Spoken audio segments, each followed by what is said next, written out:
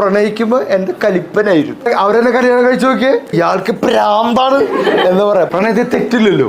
ഓപ്പോസിറ്റുള്ള ആളെ കുറവുകൾ പോലും ശരിയാണ്. ഹായ് അവൻ്റെ കൊന്ത്രമ്പല്ല് എന്തൊരു രസ. കല്യാണം കഴിഞ്ഞാ നിങ്ങളെ പല്ല് കാണാൻ വയ്യല്ലോ മനുഷ്യ.